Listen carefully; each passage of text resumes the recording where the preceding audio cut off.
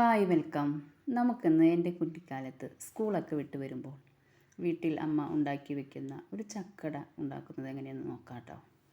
കുറച്ച് അരിപ്പൊടി ഇട്ട് അതിൽ കുറച്ച് ഉപ്പിട്ടിട്ട് നല്ല തിളച്ച വെള്ളം ഒഴിക്കുക. അപ്പോൾ നമ്മൾ എന്ത് അട ഉണ്ടാക്കിയാലും നൂലപ്പം ഉണ്ടാക്കിയാലും ഒക്കെ നല്ല തിളച്ച വെള്ളം എടുക്കുക. നല്ല സോഫ്റ്റ് ആയിരിക്കും കേട്ടോ.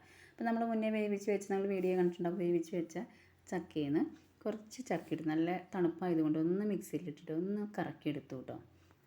എന്നിട്ട് അരിപ്പൊടിയിൽ നന്നായി ഇങ്ങനെ കുഴച്ചു നന്നായി മിക്സ് ചെയ്യുക. എന്നിട്ട് നമ്മൾ ഇല കഴുകി കൊടുന്ന് തുടച്ച് വെച്ചിട്ടുണ്ടായിരുന്നു. ഒരു പേപ്പറൊക്കെ വിരിച്ച് നമ്മൾ അട പരത്താൻ തുടങ്ങി.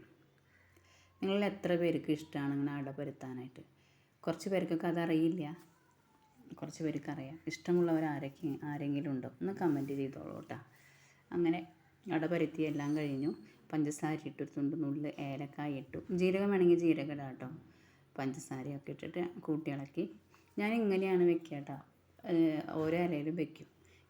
തികയോ നോക്കാനാണ്, അല്ലെങ്കിൽ വീണ്ടും നാളികേരം ചിരകണം. അപ്പോൾ ഒക്കെ ഫില്ല് ചെയ്യാനായിട്ട് റെഡി ആയിട്ടോ. എല്ലാത്തിലും വെച്ച് നോക്കി അവസാനം ഫില്ല് ചെയ്ത് ഒന്ന് മടക്കിയെടുത്തു കേട്ടോ.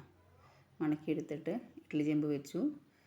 ഒന്ന് ജസ്റ്റ് ഒന്ന് പ്രസ് ചെയ്യണം, ഇല്ലെങ്കിൽ ഒന്ന് വിരിഞ്ഞ് നിൽക്കും.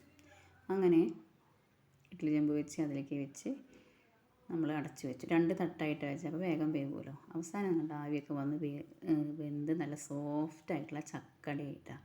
അധികം ചക്കിയിട്ടിട്ടില്ല, ഒപ്പം കട്ടൻ ചായയും. നല്ല ടേസ്റ്റല്ലേ?